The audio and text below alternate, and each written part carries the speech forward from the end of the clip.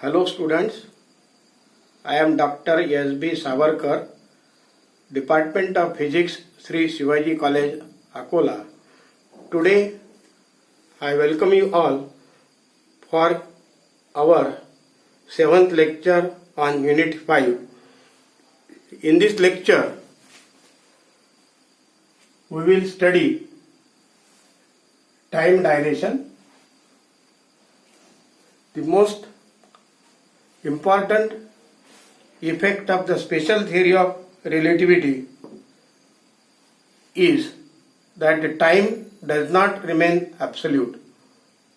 The time of same event observed from two different frames, one is moving with respect to the other, will no longer remain same. Let us consider two frames of reference S and S dash.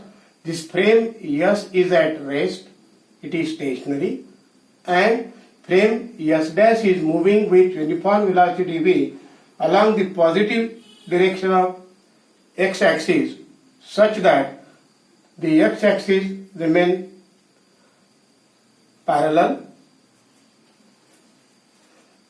Consider three identical clocks.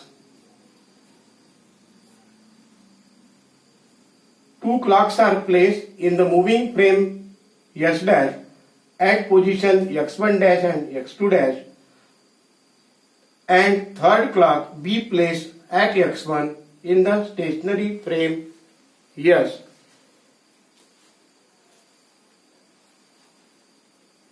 When say the clock A in the moving frame crosses the clock C in the stationary frame at x1, first event takes place, and if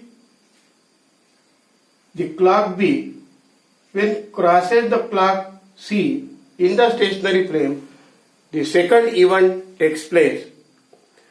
The time interval measured in the stationary frame, in the frame S, it is called proper time interval. It is called proper time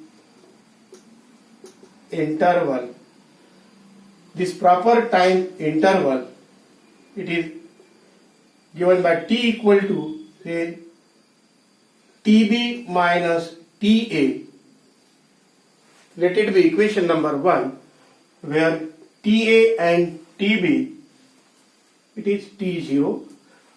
So TB minus TA, it is called proper time interval, and here TA and TB are the time recorded in the stationary clock C in S when the clocks A and B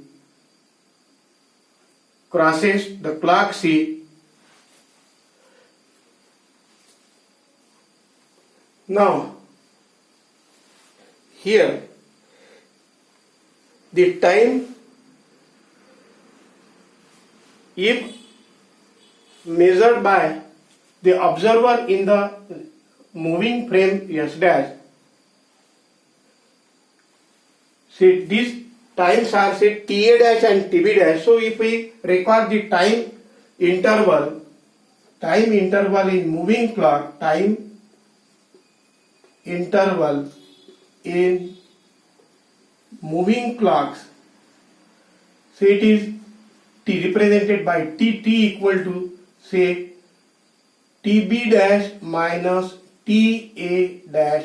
Let it be equation number 2. So this is a TA dash and TB dash are the time recorded by the observer in the moving frame S dash for these events.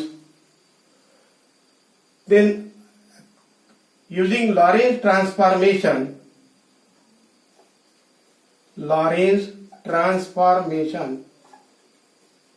we have T dash equal to T minus Vx by C square for under root of 1 minus V square by C square. So we can, using this Lorentz transformation equation, we can write values of TA dash and TB dash accordingly. TA dash is equal to say TA minus Vx1 by c square upon under root of 1 minus V square by c square, and TB dash equal to TB minus Vx1 by c square upon under root of 1 minus V square by c square. It will be equation number say 3.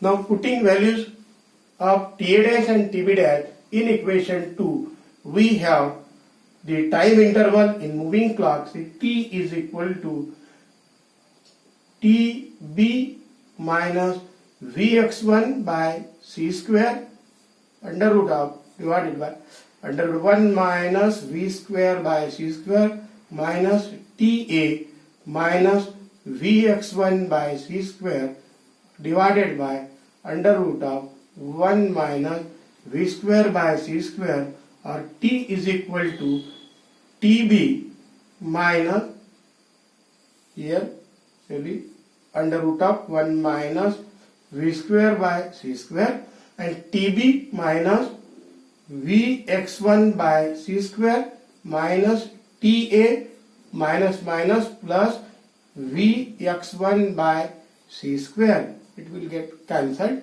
So we get TB. T is equal to TB minus TA upon under root of 1 minus V square by c square. But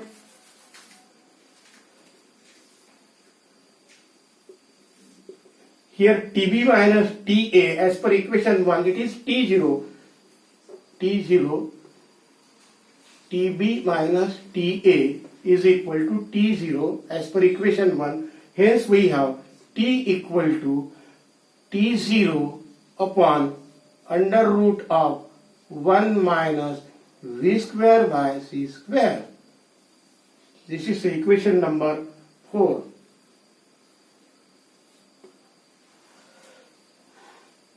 But under root of 1 minus V square by c square is less than 1.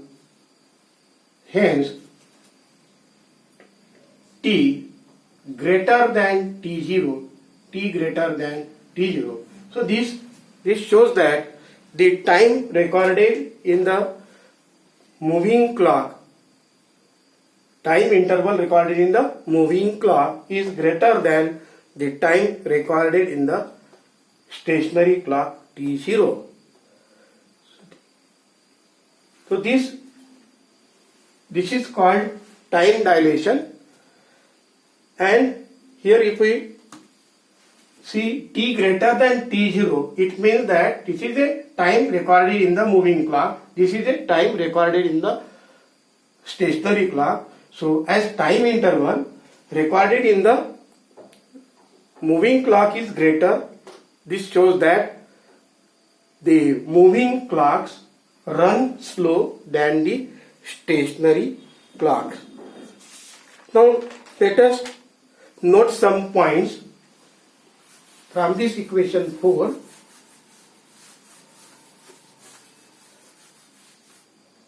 So first point is that when V is very less than C, when V is very less than C, it means V square by C square will be very less than 1, or V square by C square tends to 0.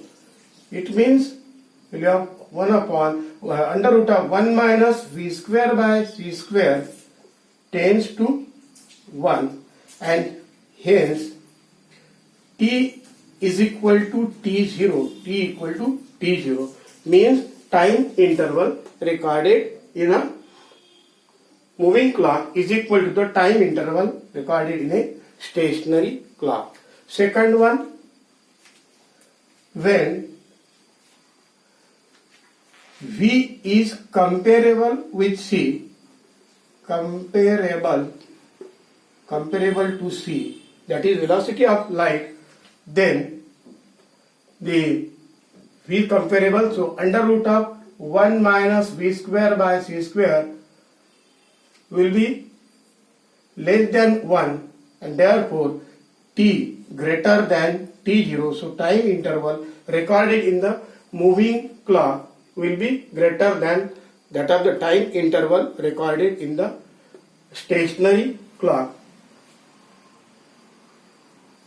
Third case, when velocity v of the moving frame is equal to the velocity of light c, or v greater than c, in this case v square by c square is equal to 1, or v square by c square will be greater than 1, and therefore the value of t from this equation, it will be either infinity or imaginary.